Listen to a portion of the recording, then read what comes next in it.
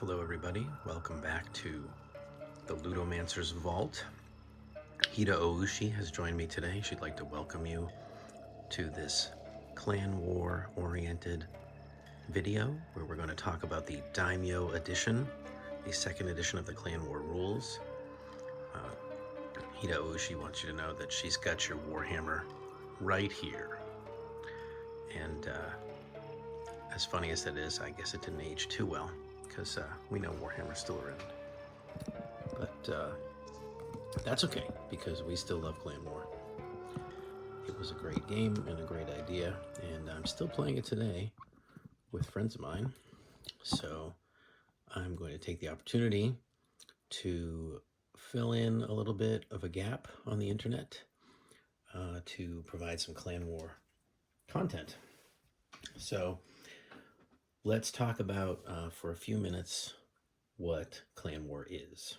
I'm going to try to keep this video to about an hour long because people have short attention spans nowadays. So I want to make some different videos for you and not have them be too long for you to enjoy them. So first of all, Clan War is a miniatures war game, and it involves using units of miniature soldiers like these Scorpion Crimson Legion, and so if you're familiar with Warhammer, then you'll know that you're going to have formed units which are going to move around the table and fight one another and have fun with murder and mayhem, right?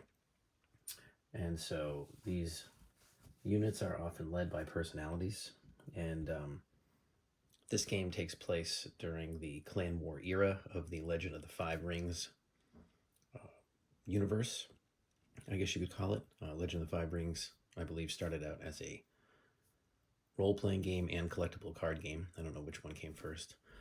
Back in the mid-90s, I recall friends of mine playing the L5R card game in like 95, 96. I didn't get into it at the time. I thought it looked cool. But in 98, I became introduced to Clan War through a friend who actually ran a hobby store, The Complete Strategist, in Boston. And he wanted some more players to join him in playing, and he gave me some really nice discounts on the original box set and expansions. And I joined the game and played the Crab Clan originally. So like Warhammer, you have personalities. A lot of these personalities were in the card game. This is Bayushi Aramoro. Hope he's in focus there. And the infamous Bayushi Kachiko, who later became one of the Seven Thunders to defeat the evil Fu Lang. Tried to do a nice job on her kimono. And Bayushi Shoju. We're starting with some Scorpion exposure here tonight. And Shoju was the leader, daimyo of the Scorpion clan, who led a coup because he had read a prophecy that the last Hante would destroy the empire. And so we won't go into all that detail. You can find lots of lore about L5R on the internet. On YouTube, there's tons of videos about the history, about the clans. We'll talk a little bit about the clans today, but I'm going to try to not delve too far into the lore because that's been covered. So rank and flank, miniatures game, played on usually a 6x4 table. 2,000 points was the standard. A unit like this might cost you something like 150, 200 points, depending on the attachments and the characters that are in it. So you probably would have, depending on your army, 4 or 5 of these units plus personalities. And then there are some armies that were more elite and some armies that were more horde style, like the Shadowlands. So what is the game like? You use 10-sided dice in the game instead of d6s, and it has an exploding system. So if you roll yourself up a 10, you can roll more dice. So let's say I was making an attack with 2 attacks. I got a 6 and a 3, but what if I got a 0? If I got one of those with a 0, I could roll another die, and that could keep going on. That would be an exploding die roll. So you could definitely have some random number generator moments to create some exciting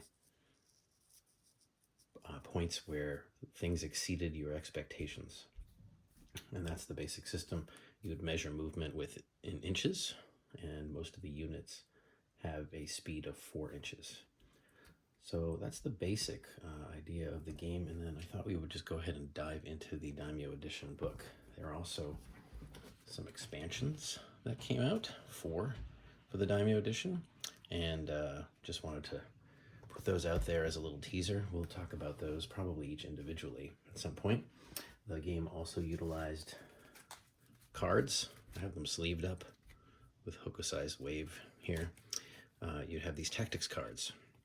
And so these tactics cards you would have a hand of, and you could play them as reactions or during your turn to do different things, like protect your units from being shot at, or to double your movement for a charge, or if you're a Scorpion, to blackmail an opponent's unit so that they couldn't do all the things that they'd want to do. So these were an integral part of the game and very powerful. So the tactics cards were an interesting innovation for the time. And also, I would say up front, before we start thumbing through the rulebook, that it was an interesting game for the time because this was 1998, 2000. And rather than an I go, you go system, which is all of one army goes, all of the other goes, which was very typical, that was Warhammer, they had a modified initiative system in this game, which was like alternating activations. So during a turn, you would move a unit, your opponent would move a unit back and forth depending on what you rolled for your initiative roll, and then utilizing the unit initiative values. So it was not exactly alternating. It could vary depending on unit initiative, but it was not I go, you go. So that was another interesting and I think at the time innovative concept for the game. Some other games around that time used it as well, like Warzone, Mutant Chronicles Warzone. So what was in the Daimyo Edition? All right, so first of all, you got this gigantic book. I think it was published in 2000, although the number was 2001. $40 and very thick. So the original 1998 version of Clan War came in a box set with 2 paperback rule books. One was a rule book and one was a army book, like the clans, and they were probably a bit thicker than these expansion books, but they were like soft cover and not hardbound. So the Daimyo Edition was meant to kind of collect all of those together.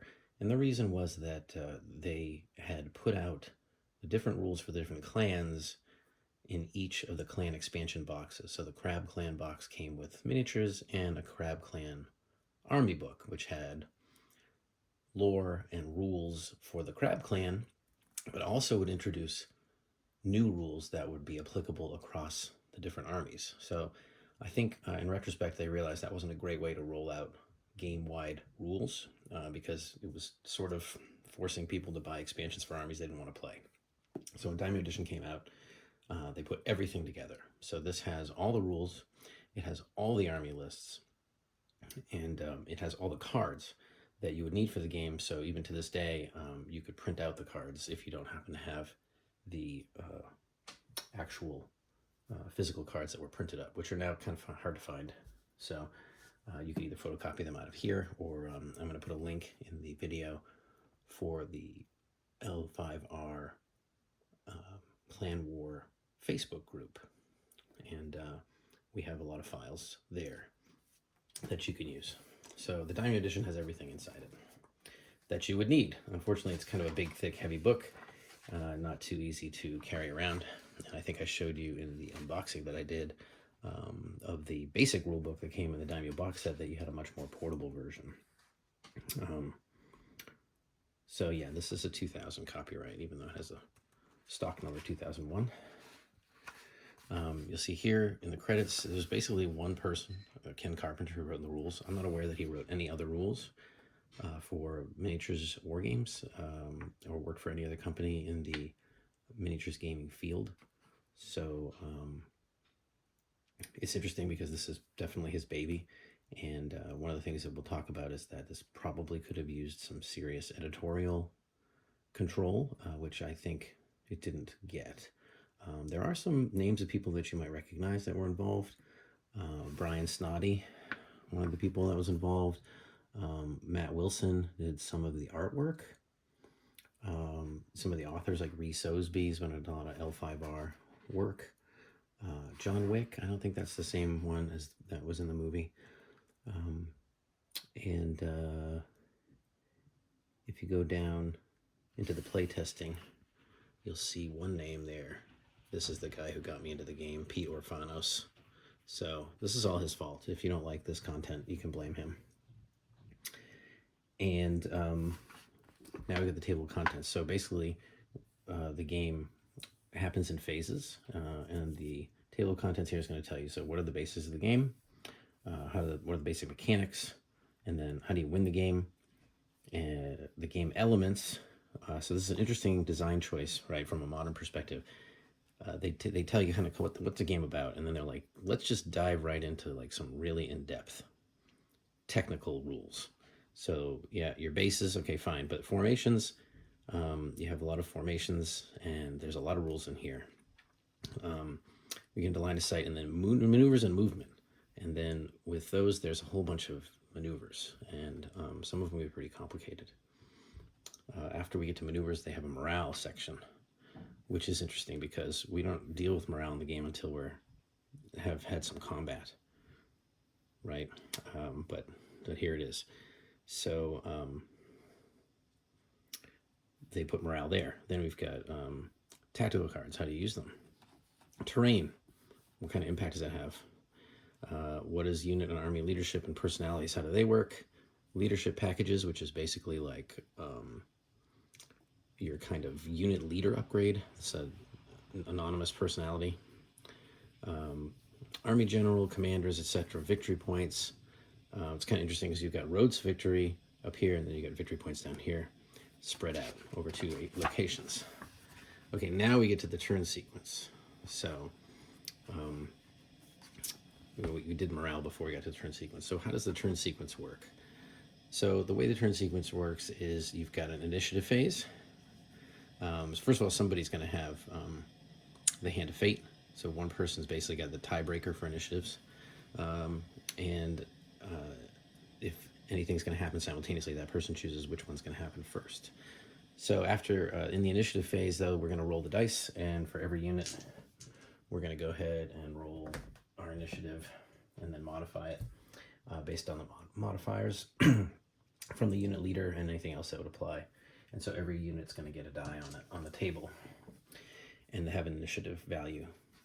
Then you're going to do your special actions phase. This is kind of like your command phase in modern designs like Age of Sigmar, where you can do special abilities for the leaders, or you can play some of the cards out of the card deck, or special actions and special orders. You could do all that then. There was a change from the first edition in that things like dueling, which is where your heroes can fight one another directly, only happens here in the special actions phase. So then you get your primary movement phase. And your primary movement phase, you're basically going to move, your unit's going to move 4 or 5 inches and then get a free basic maneuver. There's also the rules for engaging here. So there's no separate charge phase like there might be in some games. And then they do talk about engaging, realignment, and then leaving engagement right here in the primary movement phase. Interestingly, though, that can happen, those things can happen in the cavalry movement phase as well. So the cavalry movement phase happens after that. So if you have cavalry units, they get to move twice. They move in the primary phase and the cavalry movement phase. So they tend to be higher speed as well. So they're going to move twice, and you can charge in that same phase. Then once everybody's moved and you've already had your charges, then you're going to do your shooting. Shooting is basically resolved simultaneously. So all the rules for shooting are here. Then you get your close combat phase. We'll talk about that in a minute. So then you get your fighting. You're going to take basically batches of dice. You're going to roll them. For the most part, it's simultaneous. There are some special rules that allow people to go first, like spear-armed troops have fast strike. So in the first round of the combat, not from subsequent rounds, they will get to hit first. We could argue about whether or not it should be stronger than that to have spears, but it is. After you finish the close combat phase, you then have the reserve movement phase. The reserve movement phase is for units that are not within 12 inches of any opponents. So one thing you will notice about this game when you play it is it will seem to be kind of slow. In the early turns, you're going to move in the primary movement phase, and then you're going to move in the reserve movement phase. You'll end up going double movement, which in most games that just happens all at one time, like in Warhammer of the time. Contemporary games, you move 8 inches. So if you think about the formed unit or rank and flank games for the late 80s, yeah, even late 80s, but mid 90s, late 90s, this is a very similar pace to it. One thing I will say is that maneuvering the units can be difficult, and so the game can seem kind of slow, and because of that, cards like this are very important. The charge card doubles your movement to engage, and if you already have the charge ability, which like Lion Clan I'll get, you actually triple your movement. So you could pull off a 12-inch charge in your turn, rather than a 4-inch engaging move. So those are very important to have those cards, or the charge ability. Then we're getting a big section on skills and traits. What are the different special abilities of the units? There's a whole section on magic, because we have Shugenja units that can cast spells, which can be very powerful. Then there's a section on items. And then here we have a little kind of, I don't know why it's under items exactly. We have honor and victory points. I think that's maybe associated with the items, so I'll go over that.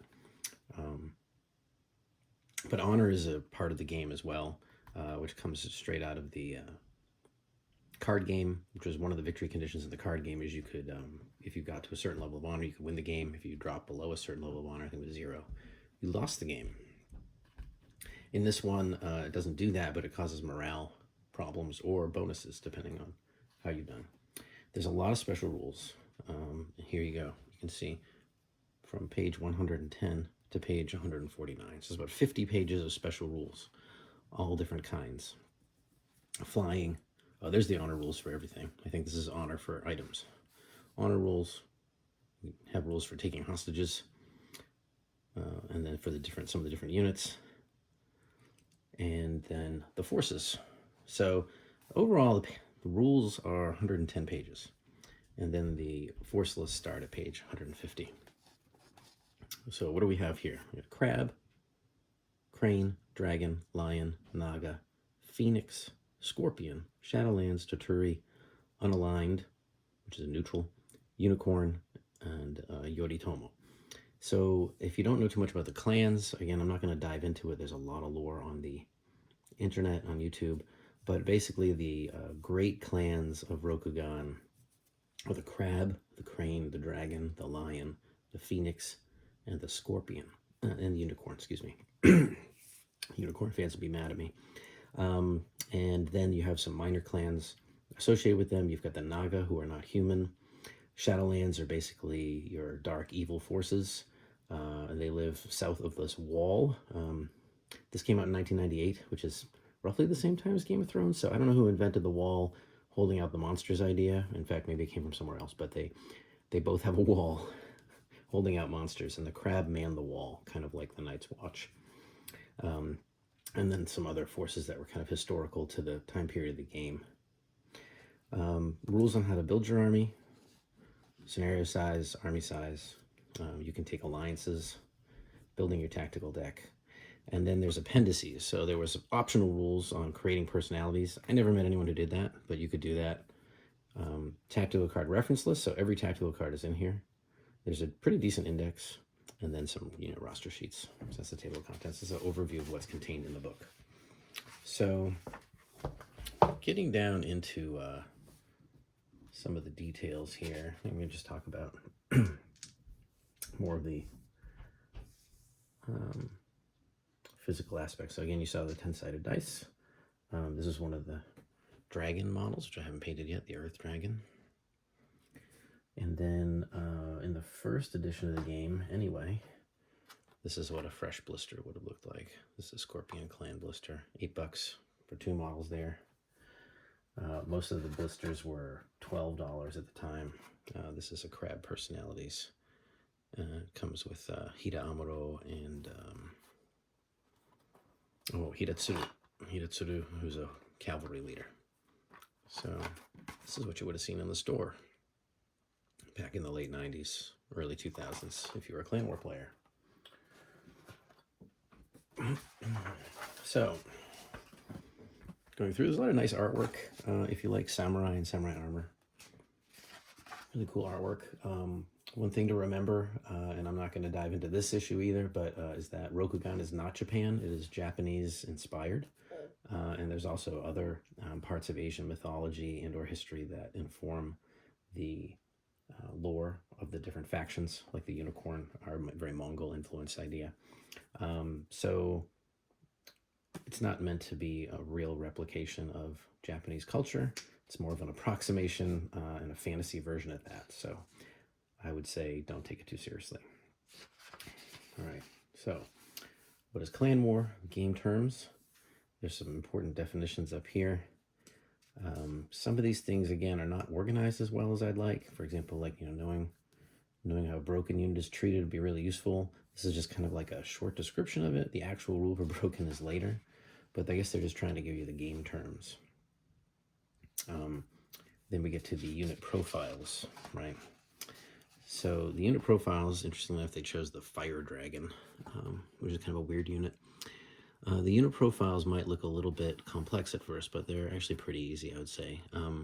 ATN is the number it takes to hit you, so that's like your to-hit number. How many wounds you have. When you're attacking, this is your bonuses to your attack. And in this case, because it's divided up, we have a close combat and a ranged. Damage modifier to the damage dice you roll. Number of strikes is how many times it will hit in close combat. Training level for doing maneuver tests. Morale level for morale tests. Glory is used for army construction, and some cards trigger off it. Honor, similarly. Equipment. Traits are the individual special abilities of the unit, like, not special abilities, but characteristics. Cavalry. Creature, elemental, causes fear too, is fearless itself, and can fly. This is a very complicated one. So it's interesting that they chose it as the example. And then it has skills. So it has skills have a number. Magic 6, so it has a 6 value for its magic. Battle 3, so when it modifies its initiative, it can move it up or down by 3. If it's hit, it can subtract 2 from the total by its defense. If it gets into a duel, it's the Iaijutsu value.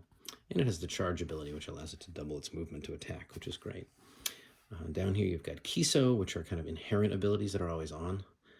It has a ranged attack. And it has a pretty nasty ranged attack. You'll see it says it has a ranged elemental, 8-inch close, 16 extended, -2 to hit at extended range. Roll 8 attack dice for the attack. And then it has another one, which is 16 attack dice, but it becomes spent, which means it's basically out for at least a turn out of action. So that's what your unit profiles look like, which you'll see later for the army list section. So again, talking about combat in the game, you have your attack target number. That's like what you need to hit. So if somebody has an ATN of 7, you need a 7 or higher on the 10-sided die. That's 5 is a miss.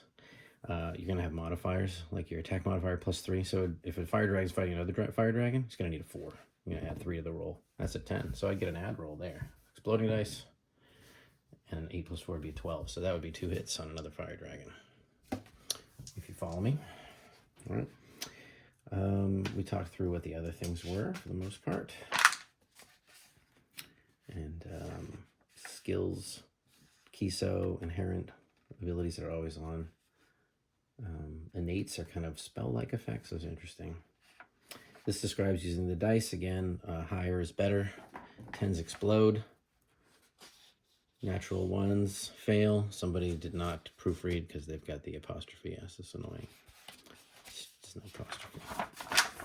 Bothers me. Same with natural 10s. An add roll. So if you roll a 10, you get an add roll.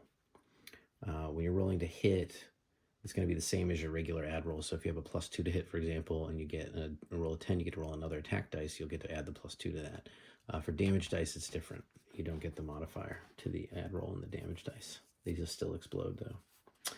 So we're talking about how to win the game. Interestingly enough, they did not spend a lot of time on this. They do have a number of scenarios in their published supplements, and there's one in this book, but basically they kind of tell you to kind of do it yourself. Think about victory points, a certain number ends the game, or have some objectives. Doesn't really tell you how to do that. The possibilities are nearly limitless. So, you know, do it yourself again, DIY. I guess it was the late 90s. You could agree to a turn limit, or you could play a published scenario that we created, or you could design your own scenario. So a little loosey-goosey there. A lot of times back then when I played with people, we just played to maybe time, turn limit, or victory point limit. Usually turn limit, I think, or until we ran out of time, whoever had the most victory points. Sometimes when you play the game, it's obvious beforehand. Has some rules for populating using battlefield terrain. Army size, again, I think I talked about 2,000 points is kind of a standard size. Koku, they call it, which is like a Japanese unit of currency from back in the day that represented, I think, one person's ration of rice for 1 year. They decided to go that way. They lay out some terrain size rules and how to place the terrain. Player rotation. This is all stuff that we probably didn't pay too much attention to back then. And then army placement. Hey, you're using 4 foot by 6 or 4 foot by 8. I don't know who has a table that big, but 4 foot by 6. So they show you, here's your deployment zone. And it's basically an 8-inch deployment zone, which I actually find kind of slows the game down. So if anyone wants to ask me, do you have any house rules for this game? My one house rule so far is 12-inch deployment zones. That way we get to grips sooner. Again, the game is not fast. So 12-inch deployment zone, I haven't found that to be too much of a disadvantage for ranged-oriented armies yet. I'll let you know after we get some more battle reports in. Order placement, cavalry advantage. So if you have cavalry units left and your opponent doesn't, you get an advantage. They have to place 2 for every 1 that you have. Then the hand of fate, which is like the tiebreaker for when there's initiative. So what are the game elements? So you have cavalry and infantry, which is 1 base apiece. Large bases are 3 models, are considered to be 3 models, and beast bases to be 8 bases or models. That comes into play later when we talk about outnumbering. And then there's formations. Unit size limitations, standard formations. You got to have at least 4 in the front, and you can only have an uneven, you try to make them equal, and then you can have a smaller number in the rearest rank. 4 is a full rank. If you have less than 4, it does not count as a full rank.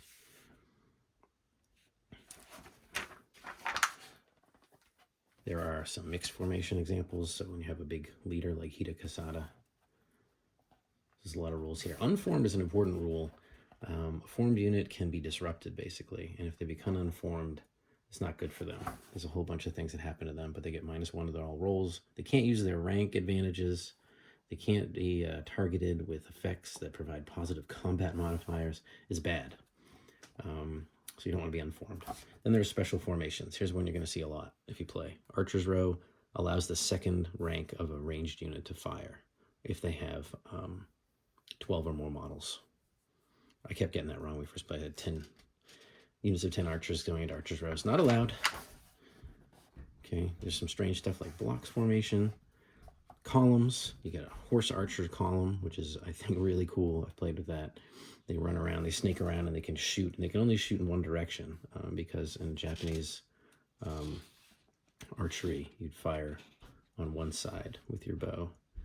So they can shoot on one side. I think they even say it here. I'll have to read it. They have a 180-degree arc of fire, starting on the base's right front corner and going around counterclockwise to their left rear corner. So, sorry, they could shoot to their left. Basically, like from here to here. So they would basically be able to fire to their left, which is, I think, actually does have some historical...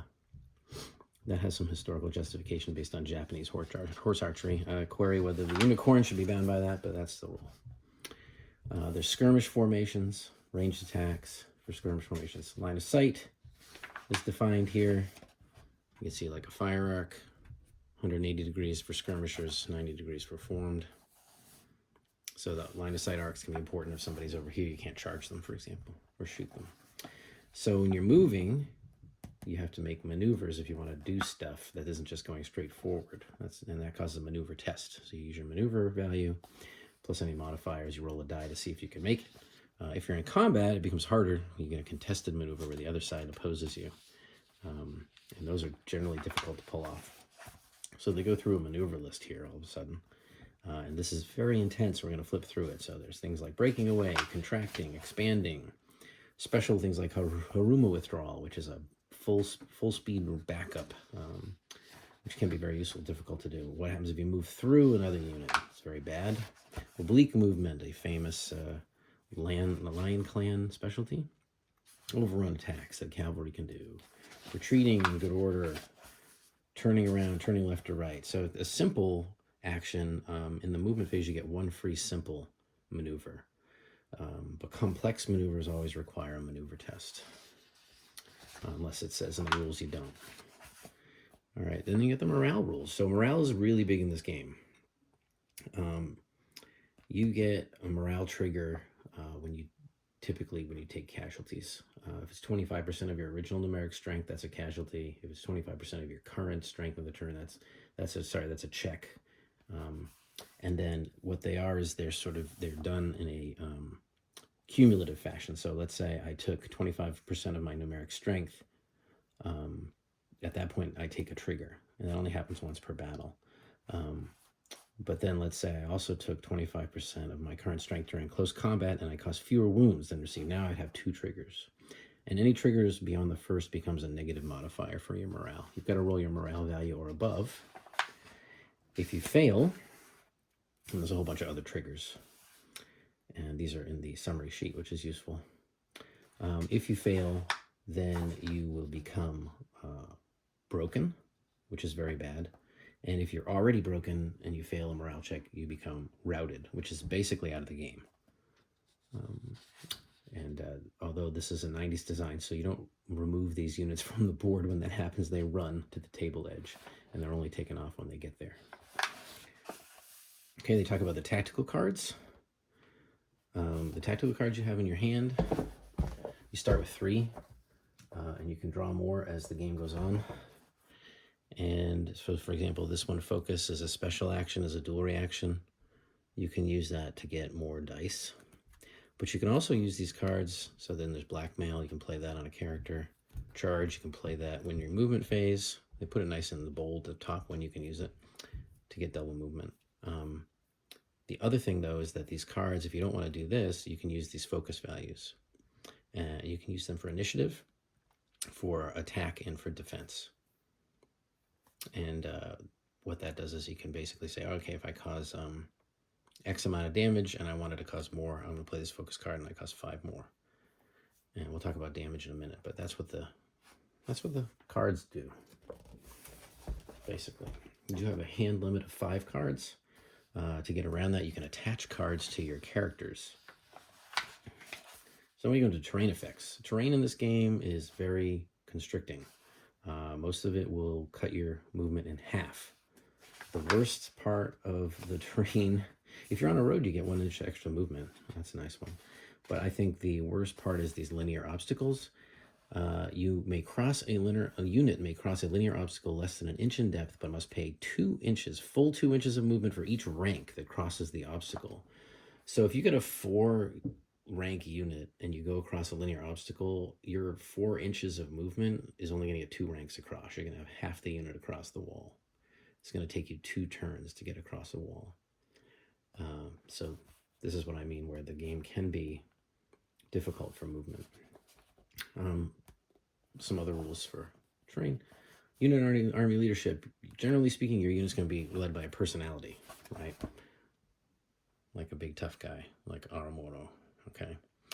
But you can also have a unit led by an anonymous leadership package. There are associated personalities, which are generally like non-combatants, like Bayushi Kachiko, who can also join.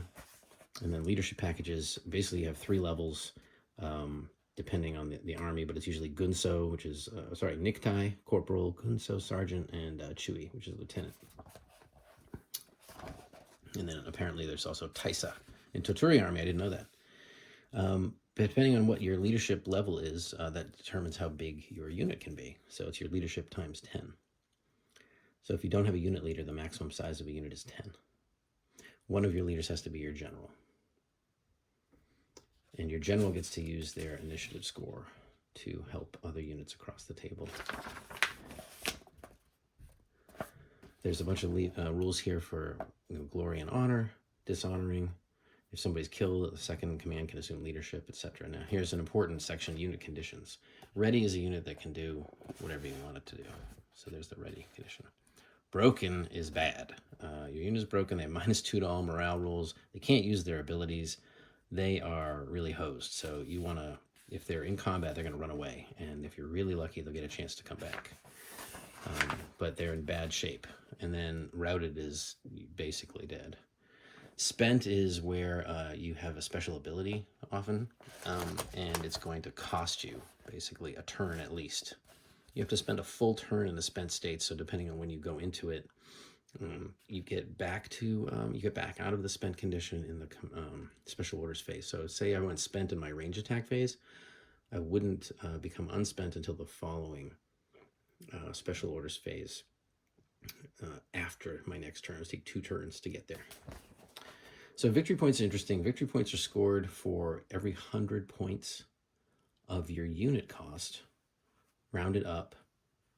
And then if you're above unit, if you're like 101 points, it's worth 2 VPs. So I guess for min-maxers, you always wanted to avoid going over, if you possibly could, to 201, for example, instead of 200. Personalities are worth victory points based on their glory. And you can gain and lose them during play. And when you do that, actually, you also get honor. You also get victory points for causing enemies to fail morale checks, becoming broken or routed. So that can easily add up, because generally speaking, a unit that's getting broken is probably going to get wiped out. And so there can be a little bit of a snowball effect at that point. So that's basically how you score victory points in the game. The turn sequence, I think we talked about. So first we're going to determine who has the Hand of Fate. And then there are cycles. So they're inspired by a card game. You have a turn cycle. Each player is allowed to produce 1 effect and pass to the next player. So if I do special order, then it's my opponent's turn to do a special order, and so on, back and forth.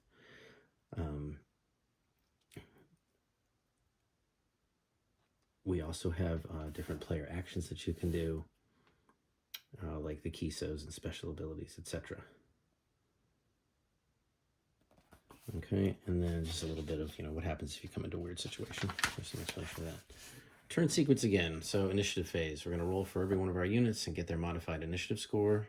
We're going to take our special actions. We do primary movement, cavalry movement, ranged attacks, close combat, reserve movement phase, and then the end phase, where we get our victory points. We can try to rally broken units and discard our tactical cards. You can discard as many as you want and then draw back up to however many you're allowed to draw on that turn. So the way that you draw cards is everybody draws 1 card at the end of a turn. You do have a hand size limit, but if you draw and you have your hand full, you can discard. So you go up to 6. When you draw, you pick the one you want to get rid of. The player that has the greater honor also draws a 2nd card. And then if you have any tacticians, you can draw a card for each one of them. But you can only draw a maximum of 3 cards a turn. So it doesn't make any sense to have like 10 tacticians. So initiative roll, in the initiative step, we're going to roll a die for each unit. And then based on their leadership, you can modify that score up or down. The lower the score is, the earlier they act in the turn. The higher, the later. So you're going to want to kind of figure that out when you're playing. Like, do I want this unit to stay in place and counterattack, or do I want this unit to go first so they can get the charge off, for example? The general has a modifier that can be put on any unit as well, in addition to first applying it to their own unit. And then at the end of it, then you get your modified initiative score. The tiebreaker goes to the person with the Hand of Fate. And then you have your special actions phase. And this is where you're going to do cool stuff. All sorts of cool stuff. There's special actions and special orders. You can issue 1 per unit and or individual. So if a unit has an individual, they could each do 1. And this is where you'd return to duty, but only if you've been out of, if you have been spent for 1 full turn, like I said. So it can take a long time to come back when you're spent. So in the primary movement phase, you're going to go back, starting with the lowest initiative unit. You know, back and forth moving units. They talk about how you get a free maneuver. Engaging movement, which is what other games call charging. And the rules, they're fairly forgiving. They already had addressed the idea that, like, if you do charges and you end up with corner contact, you get a free closing of the gap, right? Or closing the door. And I remember that was like a thing in Warhammer that for a long time, like, they called it clipping and it wasn't allowed or something like that. So they cleared that one up. But you do have to be in line of sight, and you do have to have the amount of movement. And if you fail in engaging movement, if you do it with a card, like a charge card, there's usually some negative consequences to that. So then they talk about, like, what happens if you're killing guys in a fight and then people, like, get killed. How do you line them back up? And basically it's fairly intuitive. Like, you just maximize contact again and try to fix that up. Also, if units come in kind of like sideways to one another, you realign them. You realign them every turn. So, for example, if they charge this way and they charge this way, at the beginning of the next turn, they're going to move an inch. They're going to move an inch to try to maximize contact. Kind of represents the units meshing together in close combat over time, which I thought was a cool rule. When people leave an engagement, it sounds like I have a date and I've gone, it's time for me to leave this engagement. Well, that's going to be tough because you're usually running away. When you run away, the other unit can take free hacks at you, or they can charge you, but you can't do both, actually. You can't do free hacks and charge. So that's a decision that you'll have to make. In the cavalry movement phase, basically you do everything that you can do in the infantry phase, except you do it with only units that have the cavalry ability. So range attack phase, shooting is fairly powerful in this game, although long range shooting is fairly ineffective. If you're firing, for example, a Yumi, which is a regular bow, 15 inches, this is a regular Yumi, has a 15-inch close range, 30-inch extended. So if you're at extended range, you're at -2 to hit already. If you've moved, it's another -2. So now you're at a -4. I'd say the average defense in this game is a 6. That means if you've moved and you're over half range shooting, you're going to need 10s on the dice. So however many dice you're rolling, expect 1/10 of those to hit. The good news is if you roll 10s, you get more shots to try to get more 10s. But range attacks can be pretty strong. They are simultaneous, so all the range units go together, and essentially you figure out the effects at the end of the phase. You don't remove casualties. I think there are some very rare units that have first strike or fast strike in ranged, which is terrifying. I don't want to think about it. So you make your attack roll, trying to hit that target number first, and then your damage roll. Let me show you a damage roll. So let's say I got 5 hits. If my bow has a +1 damage, my bow unit has a +1 damage, like crane archers, elite archers, then I'm going to add +1 to the dice for each of them. So I'll just know that I roll this dice and I add 5. So, and then the easiest thing to do is to try to make 10s, right? So I've got 10 there.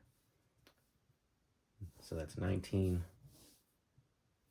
plus 7, 26. And I was remembering that I had 5 to the roll. It's going to be 31 damage total. Good question would be, what does that mean, Brian? How many damage points do you need? Well, 10 points of damage is 1 wound. That's right. So in this case, if I shot this unit and I did 31 points of damage, all other things being equal, that would remove 3 casualties. So yeah, you've got to divide that number by 10. I think this is where the game intimidates some people, because there's just a lot of addition. And then you divide it by 10. Dividing by 10 is not the hard part. Keeping these dice results square in your head can be a little challenging, especially if you get a lot of dice rolls, like you're rolling 10 dice and trying to remember it's +2 to every one. So okay, I got 10, +2 modifier. I'm going to add 20 to the roll. So what I would do is just put the 20 down and say, okay, I got 10 dice and I know I'm adding 20 to the roll, and then I would do my roll. And then we just remember to add that 20 in so you don't lose it. In the add rolls for damage, by the way, you do not continue to add that bonus. So if I get an additional damage die, it doesn't spill over. I just roll another die and add that to the total. I don't worry about what the +1 was. Whereas in a combat roll, if I need 6s to hit, I'm a +3, and I roll a 10, then I get to roll again. I still get that +3 to hit. So there's a slight difference there in the add roll system. All right, so attacks and damages, you apply wounds, you remove casualties. Depending on how many casualties you got, you get a morale trigger. One thing I didn't explain about morale triggers in this game is that they are cascading. And that's another reason why morale can be so serious. So let's say I had 2 units and this unit became broken. Any unit within 12 inches of them would have to take a check, unless they have a morale level of 5 or less. So your most highly trained troops will not take those checks. So it can be really important part of your army planning when you deploy it to kind of space your morale level 5 units in between to prevent a cascading morale check. So one game I played, Notorious, with my good friend Bill from years ago, I had a Lion clan army. I guess nobody was morale 5. And his Phoenix shot my unit. They failed. The next unit failed. The next unit failed. 4 out of 5 of my units had all become broken. They were about 8 inches. They were just been deployed, so I think they were 8 inches from the table edge, or maybe 12, probably 12 because they had moved.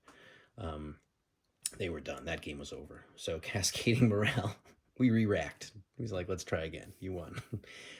Cascading morale is very powerful in this game. So you want to have morale units with morale 5, or you want to have yourself, I would say just about every army wants to have 3 of these in the deck.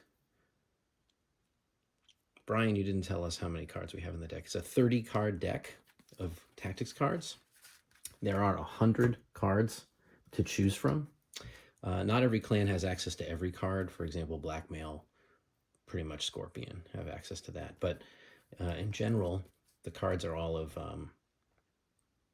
universal applicability. So you have 100 cards to choose from. You can have up to 3 of any one card in your deck for a total of 30 cards. So as card players know, if you want a card to show up from your deck, then you're going to want to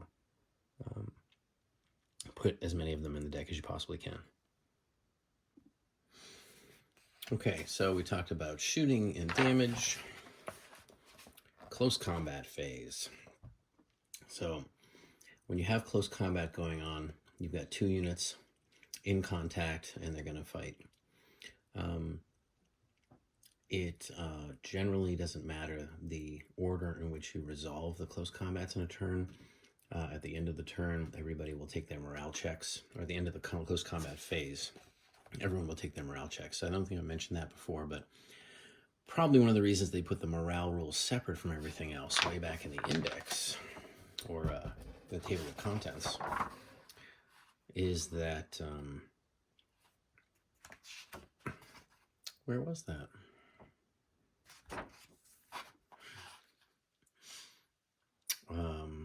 Yeah, the reason it's here before we get anywhere else is probably because you can take a morale trigger in just about any phase. It could happen in the special orders phase.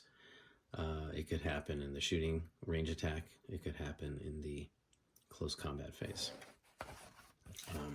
So the morale rules are not really confined just to one phase, which is why they might have put them up front by then. Same thing for close combat as shooting.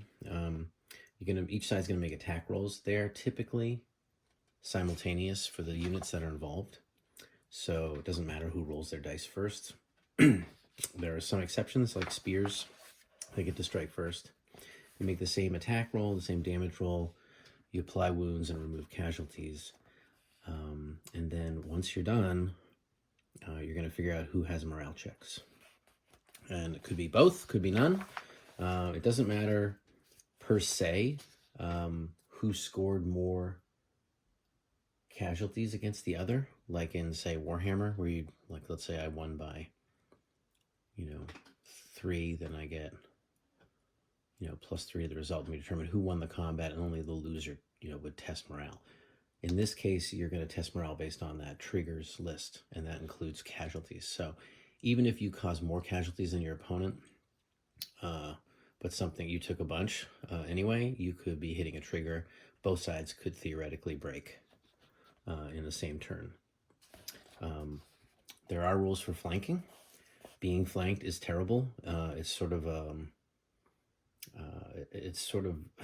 double whammy, because not only do you have minuses and penalties, but your opponent gets bonuses to hit you. So it's super bad to be flanked. There are rules for overlap advantages. In subsequent turns after the first, you get to roll 2 attack dice for each of your models behind the front rank. So yeah, sorry, skip right past that. Typically, you roll attacks in the first turn just for the front rank. So in this case, there would be 5 guys. If that guy in the middle is a personality, which he is in this case, he would roll however many strikes he has as a personality. So these guys charge in, they're going to do 4 regular attacks and however many attacks that personality has, maybe 2. So 6 total. The guys in the back aren't going to do anything. Except add their weight to the combat, because one of the triggers is being outnumbered by a ratio of 2 to 1 or a ratio of 4 to 1. So units can charge each other, kind of just, exchange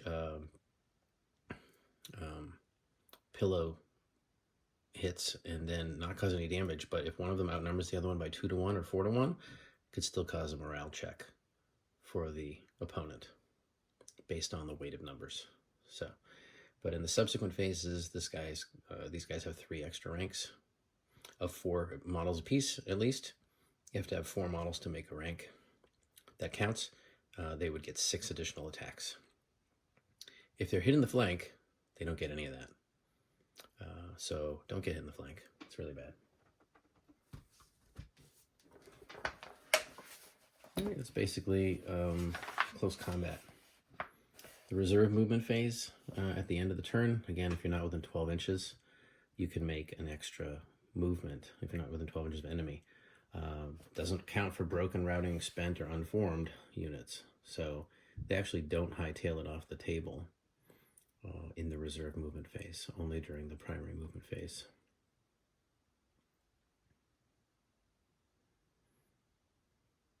And then there's the end phase. So we're going to tally up our victory points. If a unit meets a bunch of conditions, they can make a rally test. If they fail, they will remain broken. Broken units, by the way, run away either toward the table edge or to cover if they find cover, unless an enemy unit gets close to them, and then they have to keep running away. Then, you, as I said, you draw and discard your tactical cards. If you have the higher honor, you get an additional card. Everybody gets 1, additional 1 for honor, additional 1 for having tactician. And then under no circumstances can you draw more than 3. If you hold more than maximum, you have to discard until you are back down to the maximum of 5. If there's any duration-based effects like smoke bombs from your ninjas, they would go away. Get your initiative dice back, and the Hand of Fate passes to the next player. That's the basic rules. There are a bunch of skills. Different units have different things. The crab, for example, have a lot of units with defense. This is a numerical value that'll be subtracted from the amount of damage that the enemy rolls. So let's say I did 40 damage to a crab unit and had defense 3. That's automatically deducted from my roll. Now I've done 37 damage. I've only killed 3 crabs instead of 4. Right? There's a whole bunch of these. I'm not going to go through all of them. Maybe I'll call out a few. Frenzy's an interesting one, like Berserkers. They can become really nasty, but once the combat is over, they'll become spent. So they'll be out of the game for probably 2 turns. Traits are basically what kind of thing something is: cavalry, animal, courtier, creature. But there's also some abilities kind of mixed in there: fear causing or fearless. Interesting, they have historical, because Clan War had a living storyline, and some personalities would die. So for example, the shoju that I showed you here, really before this timeline even started, this guy had turned into a zombie. So this is living shoju. I prefer him in his living form. But Undead Shoju is in the game. That's a historical guy. Funny story, I don't think he actually has an official profile. So he's super historical. There are Shugenja in the game. They have magic abilities, and Maho is kind of like, they call it Maho here. Although Maho in Japanese means magic, but they call it blood magic is called Maho in this game. So I don't know why they went that way, but that's what they did. So there's like evil magic and then kind of regular magic. And basically you can give your characters scrolls, which are spells. They have a maximum number based on their magic skill. And then every spell is different. But if it's a spell that has a resistance test, then a unit basically gets a saving throw against the spell. And that's using their earth stats. Yeah, I didn't really talk about the rings. But I'll go back and talk about the rings for a second after we finish magic. So you've got magical spell attacks. What do you do with a Shugenja in an engagement? What kinds of spells are there? And then you've got the scrolls here. So they cost points to give spells to your units, and you have to be a certain rank to get it. So let's find a good one.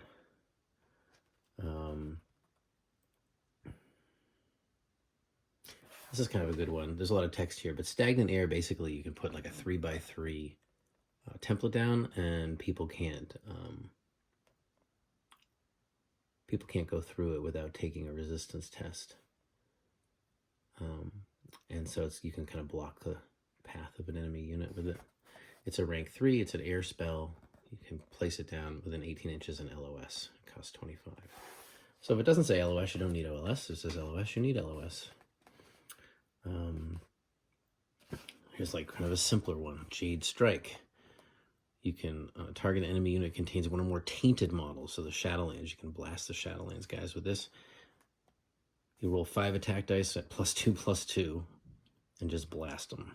18-inch LOS. Rank 3 Earth spell.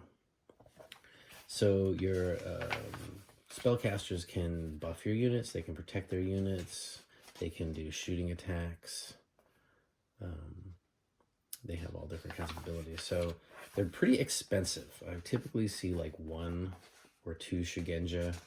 People like who are Phoenix, for example, they like to probably run more than 1 because that army leans into magic. But that's basically the magic. Let me talk about the rings for a second, since that came up. And this was a point of some contention when this podcast I'm a big fan of, called Dead Wargamer Society, first reviewed the game. They were like, what's up with these rings? Why do I have to know all that? Well, and I'm going to tell you the short answer is you really don't. The rings are an under-the-hood system for determining unit bonuses. And you don't need to know that at all. I think they explain it in the system on making your own characters, and I, to be honest, never figured it out. But they're also used for different things. So your Void ring is used for a duel. So if you're dueling 2 characters, if Fire Dragon was fighting somebody, Fire Dragon would roll 5 dice. If it was a water, if it was like an earth-based duel, he would also roll 5 dice. If it's a spell that he has to roll, a resistance test to, then he would use the relevant ring. And in that case, it's the Earth ring. So your Earth ring ability here, for example, he would get 5 dice to roll a resistance test. And there's some spells or things that might ask you to look at your water ring. There's some cards that allow you to, do a duel that uses the Earth ring instead of the Void. But in general, you don't need to know what these are. They'll just, the game will tell you when you need to know what they are. You might want to be mindful of like what your Void ring is if you're designing a character in your army, not designing, but selecting a character in your army that you want to duel with. You're going to want to make sure, like, before you challenge someone to a duel, you have a Void ring that's not way lower than theirs, because you'll lose. But in general, the rings are no big deal, is my view on that. There are items in the game, magic items, special weapons, etc. They increase your army's honor, and then they are worth additional victory points if you have them and you're killed. So there's a price, and there are a lot of them.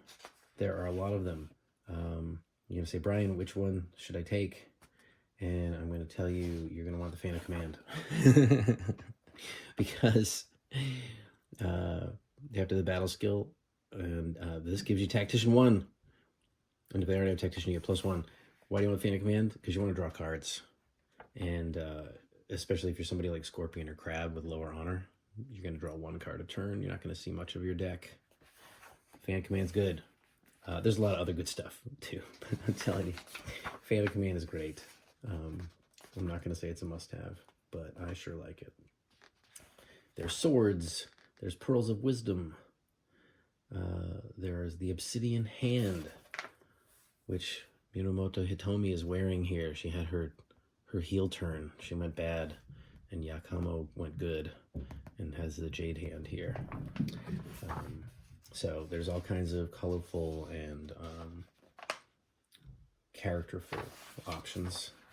Many of them from the storyline. There's some special rules here. There are animal units. The lion have a lion unit of actual lions. I always call them actual lions.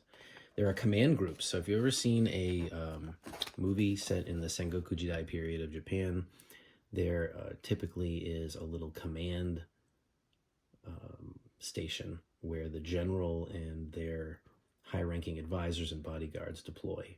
And there's usually all kinds of banners and these kind of portable fabric walls. And he usually has like a little folding chair to sit on and think his deep thoughts. So you can actually have those in this game. You can have command groups. I don't have a lot of experience using them, but they made that. There is a modeling section right here in the middle, which makes it hard to turn the pages in this game. There's a lot of pictures of the painted models. I enjoy them in general. They're very 90s. Apparently, supposedly there was a wash applied from here to here. It looks like the same picture to me. It's like corporate says, tell them the difference. It's the same picture. And that's actually one of my comments about the painting back in the day, is that most of these figures look thirsty to me. I want somebody to put a wash on them. Someone really nice. That's nice. Hida Sukune, he looks good. He looks good. He's like a meme, and people like talk about, like, you know, he had a kind of bad, horrific fate in the storyline, but in the game, he's pretty good. He can wound himself to do additional attacks, and that can be really nice. Togashi Mitsu there's got the tattoos. So, nice little section. Pictures probably could have been a little bit better in showing you the phases of painting. It's okay. Sorry, let me go through the crab, the crane, the dragon, the lion, and the phoenix. The unicorn kind of gets short shrift there. Hey, look, one guy on foot. No, that's not very nice. The Shadowlands. You want to paint things purple, green, and puke green. That's the, and then either of those have those in the palette. I don't know what's going on. The Naga are snake men, drawn really from, I think, more like Indian mythology, right? Scorpion, they get one lonely dude by Yoshi Yokoan. Oh no, sorry, they get a few more too. There's Automoro with some ninjas. They definitely need a wash. I just keep saying that. And then the minor clans as well. Did you know they have Ratmen? The Ratlings? They did. They're friends with the crab. It's weird. Okay, command groups. Maybe we'll talk about them in another time. Duels. In a duel, one personality fights another. To make a long story short, you're going to roll a fistful of dice. You're going to add their EI Jutsu ability. EI Jutsu ability to the roll if it's a normal duel, and for each die. And then whoever wins scores wounds. The loser doesn't do anything, so it's really all or nothing, unless they have a special card of some kind. But in general, it's winner takes all, and if the personality is killed, it can trigger a morale check. I think it does trigger a morale check for the unit, so bad news. So there is dueling. There's an optional rule in firing into engagements. Maybe we should think about that one. There are flying units like dragons who can fly and dive bomb, which is cool. And then there's the honor system, which I think I told you about. Honor can go up and down through duels, casualties, etc. If you have 20 honor, you get +1 morale across the board. 40 honor, then every enemy unit makes a single morale check. And then if you get higher than that, I don't know when that's going to ever happen, but it gets worse. If you have low honor, bad things happen to you. Go to -10, you get a -1 modifier to all your morale. And it gets worse and worse. I haven't seen the extremes happen, but I suppose they could. And then, of course, the bad guys don't care about honor, right? Shadowlands doesn't care. There are rules for acquiring hostages, and they're basically, I think it's sort of like a story element for a scenario. We did play a game like that, and you pay Koku for a hostage, and then the one side tries to rescue them, and the other one tries to keep them from being rescued, and they're worth victory points at the end of the game. The Shadowlands have some wacky units like magic mud goblins. There's a whole bunch of special rules for the Naga, which I don't know about and have not studied. So maybe someday we'll talk about the Naga. Some more information about Overlord packages, political actions, smoke bombs, which I have used. Those are fun. They actually prevent charges. Undead troops and instability. If you played Warhammer and you're familiar with undead, instead of becoming broken or running away, they lose additional troops when they fail morale checks. Same thing here. Same thing here. Okay, let's talk about Void. So Void, again, was, I think, a rule that was ahead of its time for 2000.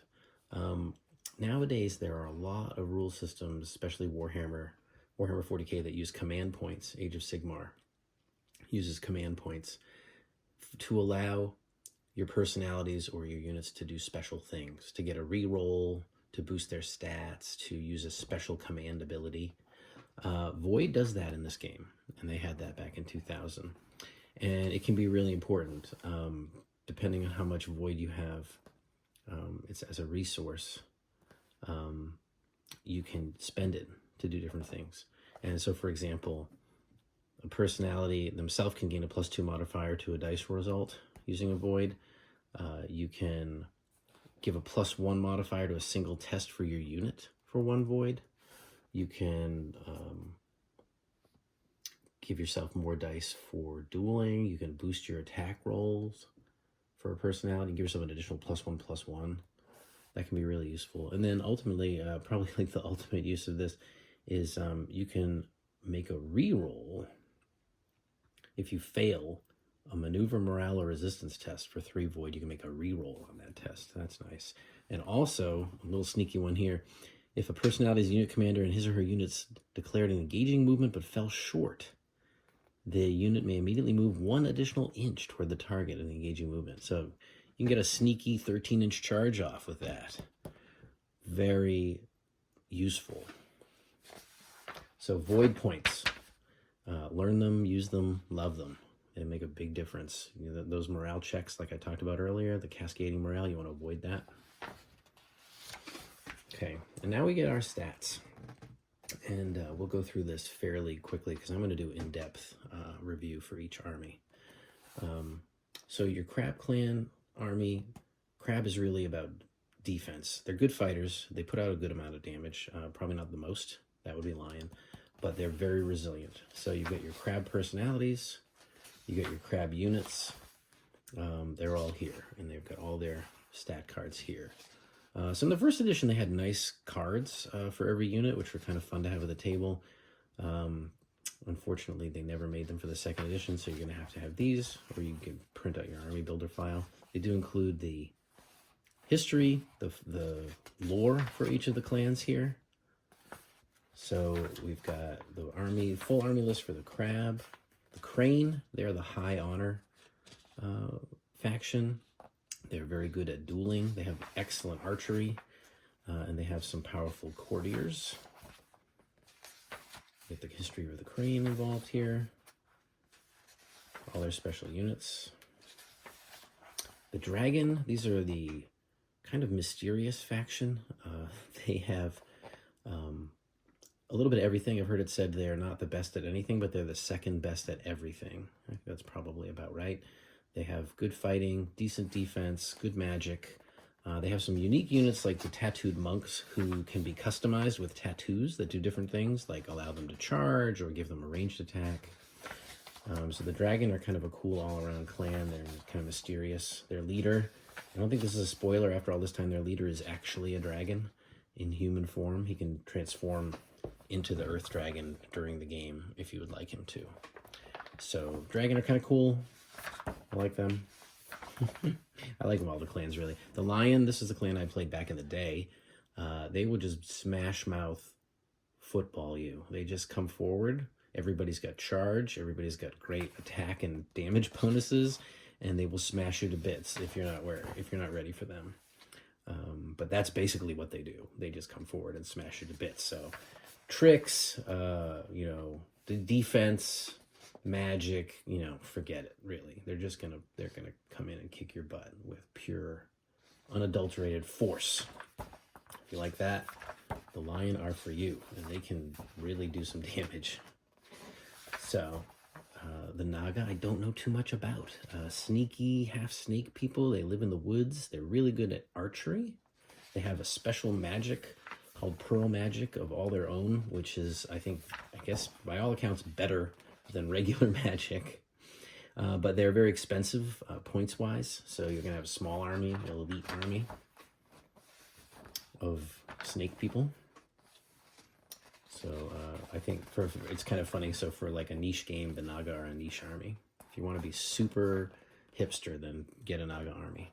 The Phoenix are the magic faction. I don't know if you can tell from the artwork here. These are the most powerful magic users in Rokugan. Technically, they are mostly pacifists, so it's kind of funny. This is their army list. Apparently, even though they're pacifists, they have plenty of people who know how to fight. So they rely on a lot of magic. They have a lot of special abilities. They have different units that are attuned to the different elements. In this game, it's air, earth, fire, water, and void. No wood for this game, like they have in actual Japan. Wood is one of the main elements. So they have different specialists that have different abilities. Some of them move faster. Some of them are really strong in defense. Some of them have great shooting attacks. Might be described as a glass cannon faction, although, you know, again, they do have things like earth elementals that are very resilient. Played against a lot of them back in the day.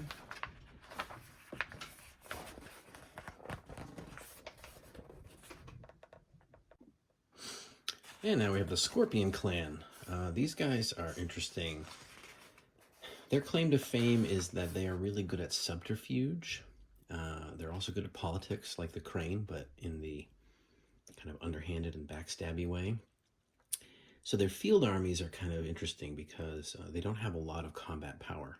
They rely on a lot of sneaky tricks and special orders and special abilities. So, kind of an unusual faction. I can't think of a good analogy from any other game, what the Scorpion do. For some reason, right in the middle of the Scorpion army list is another color section where they give you a scenario.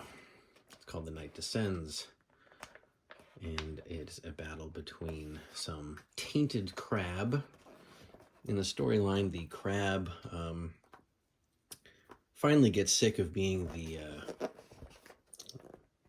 guardians of the empire and decide it's time for them to maybe rule the place. This is right after the Scorpion try to do the same thing. And they go ahead and they basically allow a whole bunch of the Shadowlands people. They make an alliance with the Shadowlands folks to try to overthrow the Emperor. So this is a corrupted crab army fighting a crane army. And there's the scenario, and they give you some victory conditions. This is one of those march your guys off the board ones, which is, I think, really difficult for the person marching. especially in a game that's kind of slow. So they're going to march themselves off the board, and the Crane are trying to defeat them for them from doing that. One thing that's kind of interesting here is you'll see, note that it is possible, however unlikely, that both armies can fulfill the conditions to claim a marginal victory during the battle.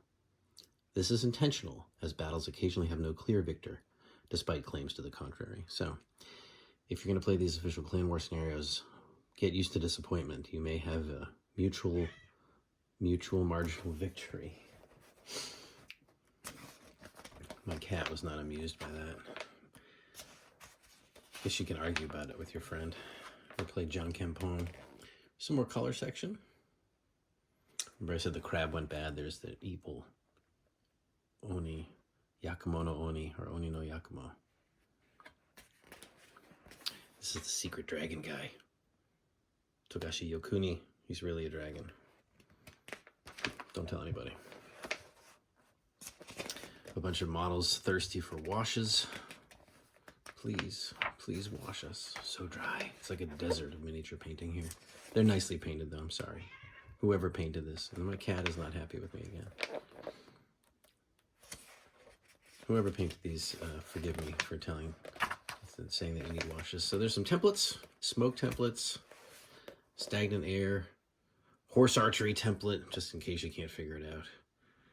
I think it goes this way. Yeah, down the left side. Isn't that cool? Here's your reference sheet. It's actually a very good reference sheet. Let me see here. Clan War reference sheet right in the middle. Guess you're supposed to rip it out. You can find it online to copy. Whoops. Skills and traits. Range attacks, etc. All right, the rest of the Scorpion list. We've got some dudes with Kusarigama. And it becomes difficult to hold the book now because of the color sections. This woman is, I guess, wearing a mask. Scorpions all wear masks. I think she's wearing like a kabuki mask. I don't know.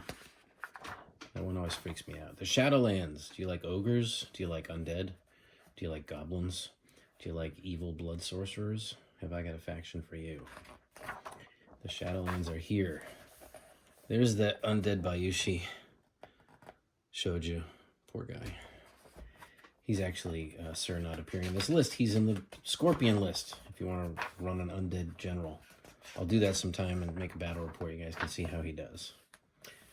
So, all kinds of demons, all kinds of monsters. Quite a long list, actually. One of the reasons that the basic rulebook was short is that these guys were not in it. All right, if you want to get into all of the darkness, there's so many pages for you to do so. So many pages. Toturi's army. So, Toturi is a lion who was exiled. And he was actually a really good guy. And so he went and got together like a rebel army to try to save the empire from basically the evil god Fu Lang had taken over the emperor. And he put together an army to try to restore the empire, which led to a lot of people fighting one another who maybe shouldn't have had to, because nobody understood what was going on. And so Toturi at this time had his own army, so there's an army list for Toturi's army. Then we have the unaligned. Guess what? You can put all kinds of troops in your army. It doesn't have to just be the units that are aligned with your army. So if you want to put dragons in your army, you want to put some of these special characters like the Hooded Ronin in your army. You want to just take some regular road troops of light infantry, light cavalry, heavy cavalry that are not aligned with any particular clan. You can do that. There are rules for allies and there are percentages that you'll have to follow, but they are available. So if you are a person with a samurai army collection of other manufacturers, you're going to be in business. The Unicorn Clan, they are known for their cavalry, as you may see from the artwork here. They are a clan that was, I don't know if they went into exile or they left voluntarily from the empire and came back with many foreign traditions, including riding horses that were bigger than ponies, and they have their own kind of magic style. They are very heavily Mongol influenced in terms of their armor and aesthetics. And if you run an army of them, they're going to be pretty expensive as well. They do have some infantry, but they are very cavalry focused, so they're going to be fast, they're going to hit hard, and there's not going to be a lot of them, probably. Finally, there's Yoritomo's Alliance. I cannot say I'm an expert on this, but this is sort of like a pirate faction who kind of rose up, banded together a bunch of minor clans to kind of demand a place at the table. And Yoritomo is the Mantis clan leader. He eventually establishes the Mantis clan as kind of a major clan, I guess. Somebody can shoot me some hate in the comments. But the Mantis clan becomes a clan without the other minor clans that they were aligned with here. I think they have the, it's like all the bug clans together. There's the Mantis clan and the Wasp clan. And there's some, well, the Tortoise clan, which is not, they're not insects. The Fox clan. Okay, so it's kind of like a bunch of people, some insects, some not. The Centipede clan, I forgot about them. These are your rules on army construction. How to recruit your forces. This is going to have your percentages for here's your allies percentages table. Depending on who you are, you could spend a certain percentage of your points on allies.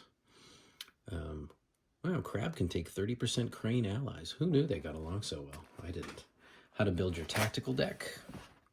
It's explained over here. Like I said, 3 of each card and no more. And then some appendixes.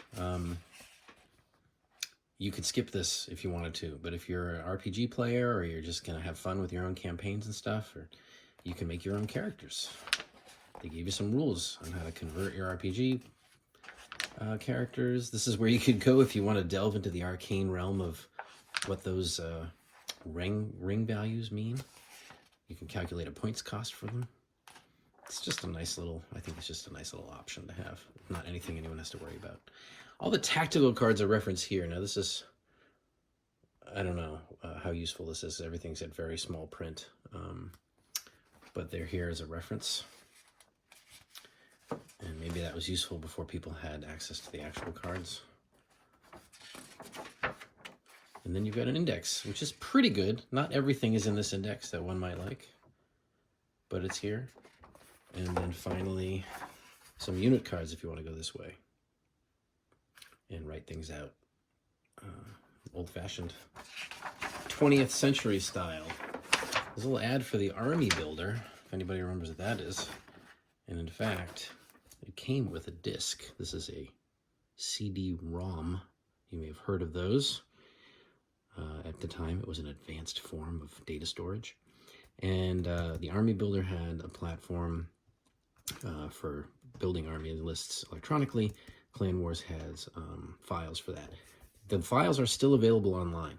You'll have to poke around to find the right version of Army Builder. It's just 2.2C as in Charlie. You can find it out there. And the files for the Clan War data are in the Facebook group. But 2.2C you're going to have to find out in the wilds of the internet. So that was a walkthrough of the Clan War Daimyo Edition. I think that took a little bit longer than I thought it would, but I hope you found it enjoyable and interesting. And what we'll do in the future, we have a lot of options, but what we'll do in the future is really kind of dive into the game. I have 3 painted armies right now, in addition to the Scorpion. I have the Crab and the Dragon. So I'll probably do faction focuses and start with the ones that I own and have painted models for. We can talk about the model ranges, how difficult it is or easy it is to find them now. Spoilers, not easy. We'll talk about the expansions. And then I am working on a battle report already, a video battle report. I'm not an editor, so... video editor, I'm learning as we go along, so these videos will be kind of primitive, I'm sure, compared to many of the offerings out there, but I hope that the uniqueness of the content makes it worthwhile for everybody to watch. So thanks again for joining me for a walkthrough of the Clan War Daimyo Edition, and we will see you again on the battlefields of Rokugan.